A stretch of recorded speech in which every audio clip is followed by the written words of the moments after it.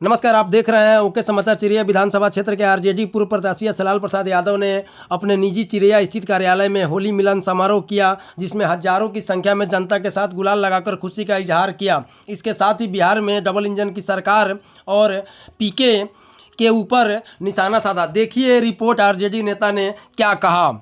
बचपन से मैं देखते आ रहा हूँ और खेलते आ रहा हूँ, और ये रोजा, नमाज और जुमे की नमाज ये सदियों से होते आया है। और कई साल, इस बार ही नहीं, कई साल ऐसे जुमा हमारे इस होली में टकराया है। और हम सभी मुसलमान भाई जो यहाँ बैठे हैं, सामने मुखिया जी भी हैं, हम भी हैं, और भी बहुत सारे मुस्लिम आके बैठे हैं, किसी को किसी ने जबरन रंग लगाने का काम नहीं किया, और न आज लगाया है, न कल लगाया है, और नहीं इसके पहले सदियों में कभी लगाया है। जिसको खेलने का मन होता है वो हमारे भाई के साथ जाता है, खूब रंग अबीर खेल करके अपने घर जाता है। ये जो हमारे बीजेपी और आरएसएस वाले लोग एक मुद्दा बनाए हैं, जुमा जुमा जुमा जुमा जुमा किए हुए हैं और मस्जिदों को ढकवा रहे हैं। आप ईमानदारी से सभी पत्रकार भाइयों से मैं पूछना चाहता हूँ, आप लोगों का उम्र किसी का 30 है, किसी का 35 है, किसी का 40 है। बताइए कि इसके पहले होली नहीं हुआ है क्या? इसके पहले रोजा नहीं हुआ है क्या? इसके पहले जुमा नहीं हुआ है क्या?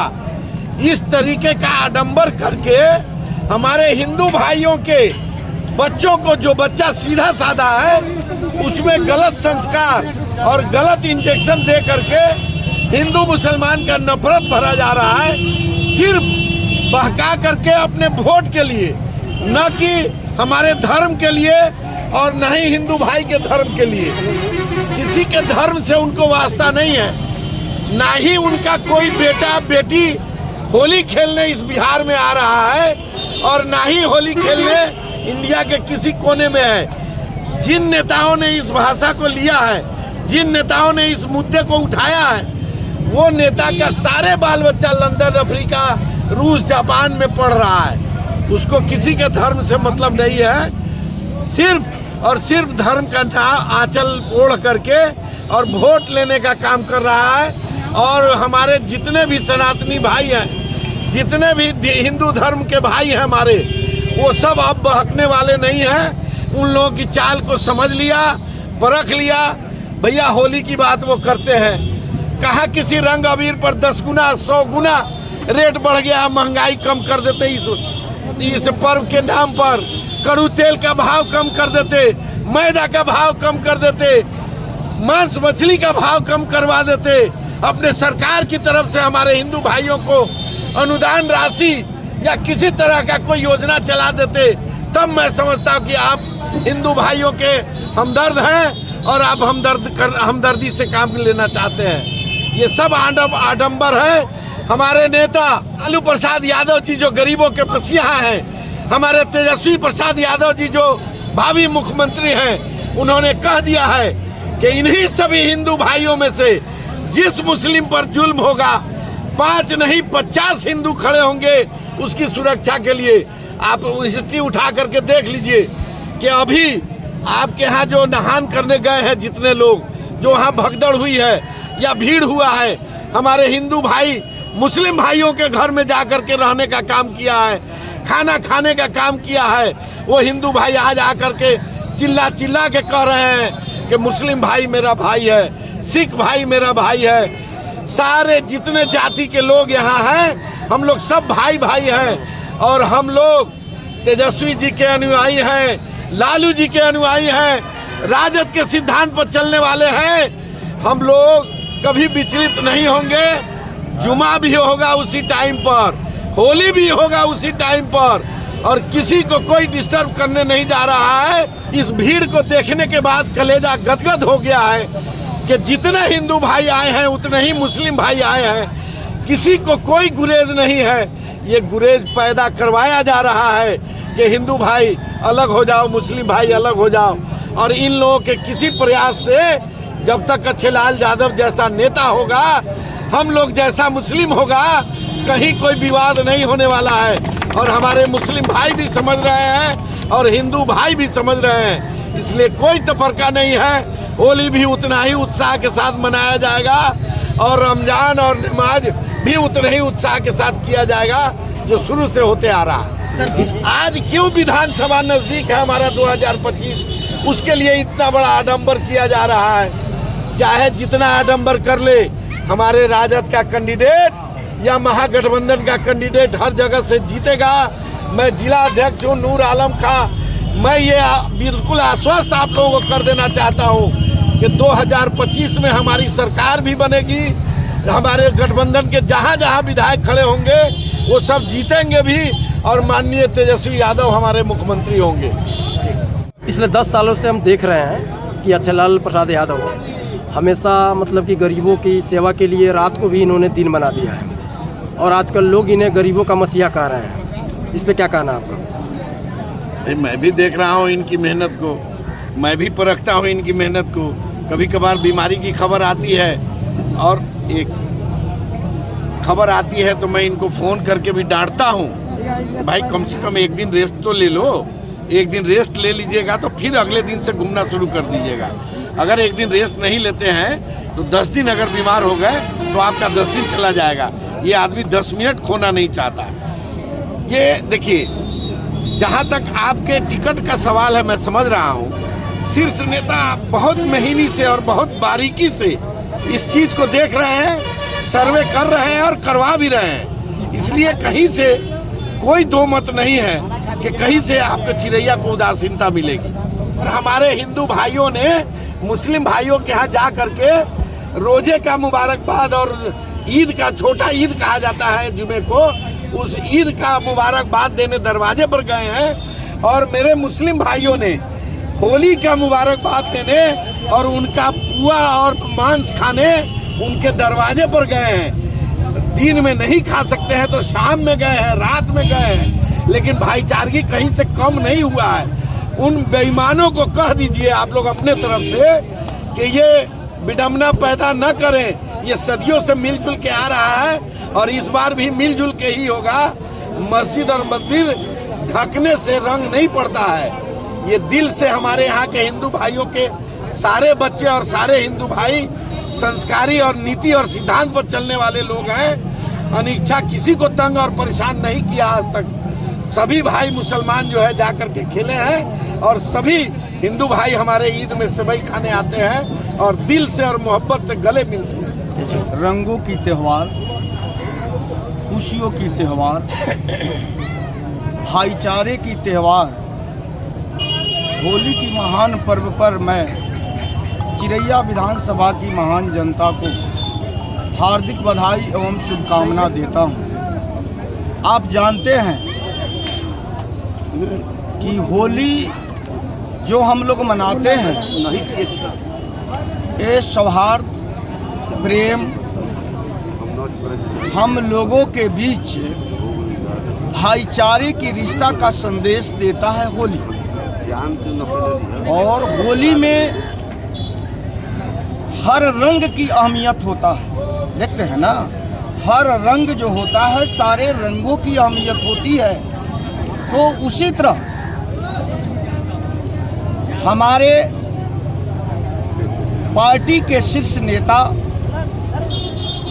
प्रतिपक्ष, सहभावी मुख्यमंत्री, राष्ट्रीय जनता दल के राष्ट्रीय अध्यक्ष, गरीबों के मसीहा लालू प्रसाद यादव जी शुरू से आज तक सामाजिक न्याय और समानता की बात करते आए हैं। तो जिस तरह होली में हर रंग की अहमियत है, उस तरह सामाजिक न्याय और समानता के लिए हर जाति, हर वर्ग, हर धर्म, हर समुदायों की अहमियता उतना ही है और उतना ही अहमियत उन लोगों की भी है।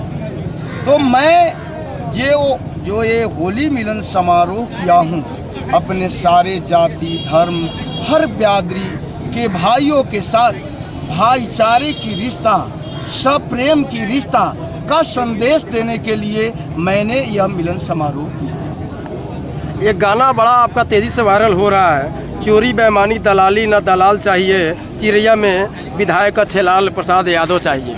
इस पे क्या कहना है आपका? सबसे बड़ी चीज़ है कि ये तो हमारे जनता मालिकों की मांग है और जो उनकी इच्छा है उनके अनुरूप मैं आज तक चलते आया हूँ। और भविष्य में जो उन लोगों ने कहा, अगर ईमानदारी स्वरूप ईमानदार नेता के रूप में हमें देखा है तो पत्रकार बंधु आप लोगों के सामने मैं वादा करता हूँ कि चिरैया की धरती का, चिरैया विधानसभा का चौमुखी विकास होगा और ईमानदारी पूर्वक विकास होगा और मेरे जनता मालिकों के बीच यह सेवक ईमानदारी पूर्वक सेवा देने का काम करेंगे, यह मेरा पूर्ण विश्वास है और यह वादा भी। पीके का कहना है कि 243 सीटों पर जन स्वराज अपनी प्रत्याशी को उतारेंगे, इससे क्या आरजेडी को नुकसान होगा? पीके कोई पार्टी है ही नहीं। आप एक जान लीजिए कि पीके किसी व्यक्ति विशेष, किसी पार्टी विशेष का काम करती है, वह है भाजपा। पीके तो बी टीम है, भाजपा का बी टीम है। जन स्वराज जो पार्टी है उसका अपना कोई अहमियत है, वो बीजेपी के लिए काम करती है और वह क्या किसी दूसरे का नुकसान। अगर वह अपने सिंबल 243 सीटों पर दे रहे हैं पीके जी, तो जानिए कि 2000 या 500 वोट अगर मिल रहा है तो वह प्रत्याशी के अपने व्यक्ति विशेष पर मिलेगा, उस पार्टी का कोई अस्तित्व बिहार के धरती पर नहीं है। आप जान ले पत्रकार बंधु। शराबबंदी को लेकर पीके का कहना है कि अगर उतना ही शराबबंदी अगर बिहार में अगर लागू है, 2016 में शराबबंदी लागू हुआ था, लेकिन दुकान तो नहीं मिल रहा है, लेकिन पार्सल ज़रूर मिल रहा है। और उनका कहना है कि जब मोदी का 1/3 हिस्से पर जब देश में राज चल रहा है तो फिर वहाँ पे शराबबंदी क्यों नहीं लगवाते बाकी के राज्यों में? सबसे बड़ी चीज़ है कि शराबबंदी का मतलब है कि 100% शराबबंदी हो।